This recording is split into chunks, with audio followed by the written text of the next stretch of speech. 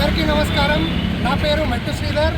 ఈరోజు యువజన సంఘాల సమితి రాష్ట్ర అధ్యక్షులైనటువంటి కూనవేనన్న గారి ఆధ్వర్యంలో సంగారెడ్డి జిల్లాకు సంబంధించి మరి విద్యార్థుల కోసం, ఉద్యోగుల కోసం ఎవరైతే బయటి దేశాలలో చదువుకోవాలో, ఉద్యోగాలు చేయాలని ఎవరైతే ఆశిస్తారో వాళ్లకు సంగారెడ్డి జిల్లా కేంద్రమైనటువంటి సంగారెడ్డిలో పాస్పోర్ట్ కార్యాలయం లేదు. పాస్పోర్ట్ కార్యాలయాన్ని కేంద్ర ప్రభుత్వం వెంటనే ఇక్కడ ఏర్పాటు చేయాలనే ఉద్దేశంతో మరి అనేక మంది ప్రజల సహకారంతో ఈరోజు సంతకాల సేకరణ కార్యక్రమాన్ని ఇక్కడ చేపట్టడం జరిగింది.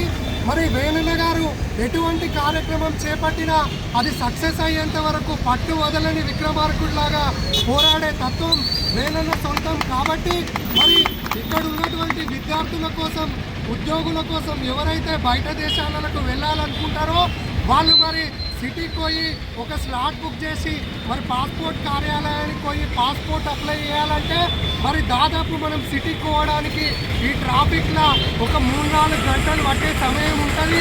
ఒకవేళ ఏదన్నా మనం ఇంటి దగ్గర మర్చిపోయినా, ఎట్లాంటి పొరపాట్లు చేసినా ఆ రోజంతా వేస్ట్ అయ్యే ప్రమాదం గిట ఉంటుంది. మరి కాబట్టి అటువంటి సమయం వేస్ట్ కావద్దు. మా జిల్లా కేంద్రానికి ఏమాత్రం అభివృద్ధి విషయంలో తక్కువ లేదు కాబట్టి బాగ్గిట పాస్పోర్ట్ కార్యాలయాన్ని ఏర్పాటు చేయాలని చెప్పి ఆయన డిమాండ్ చేస్తూ ఉన్నాడు. ఇప్పటికైనా రాష్ట్ర ప్రభుత్వం కేంద్ర ప్రభుత్వానికి సిఫారసు చేసి సంగారెడ్డి పట్టణంలో, సంగారెడ్డి జిల్లా ప్రజల కోసం పాస్పోర్ట్ కేంద్ర కార్యాలయాన్ని ఏర్పాటు చేయాలని చెప్పి నేను డిమాండ్ చేస్తూ ఉన్నా. మరి ఇవాళ 2023-2024కు సంబంధించి దాదాపు తెలంగాణలో 7,85,000 మంది పాస్పోర్టులు అప్లై చేయడం జరిగింది. మరి దాంట్లో యావరేజ్ తీసుకుంటే సంగారెడ్డి సంఖ్య గిట మరి బాగానే ఉండే అవకాశం ఉంది. ఇవాళ తెలంగాణ రాష్ట్రాన్ని ఆర్థికంగా పోషిస్తున్న జిల్లాలల్లో టాప్ 4వ జిల్లా ఏదైనా ఉందంటే అది సంగారెడ్డి జిల్లానే. రంగారెడ్డి, హైదరాబాద్, మేడ్చల్, మల్కాజ్గిరి తర్వాత మరి అనేక రకాలుగా ఈ రాష్ట్ర ప్రభుత్వాన్ని సాదుతున్న జిల్లా సంగారెడ్డి జిల్లా.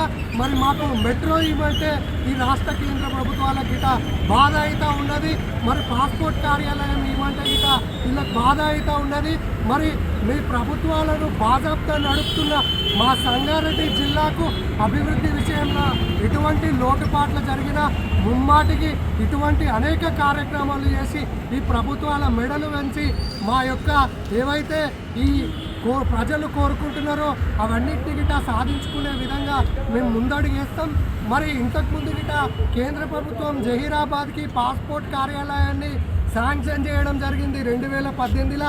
అక్కడ శాంక్షన్ చేసినప్పటికీ మరి కార్యాలయాన్ని ప్రారంభించలేదు, ఎటువంటి కార్యక్రమాలు గిట ప్రారంభించలేదు. కాబట్టి ఇప్పటికైనా ఈ సంగారెడ్డి జిల్లా కేంద్రమైనటువంటి సంగారెడ్డి పట్టణంలో ముమ్మాటికి పాస్పోర్ట్ కార్యాలయాన్ని ఏర్పాటు చేయాల్సిందే.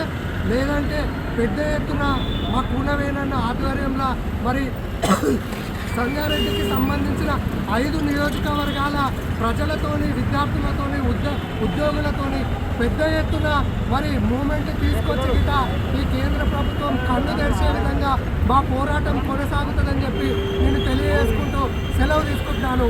ధన్యవాదాలు. చేయాలి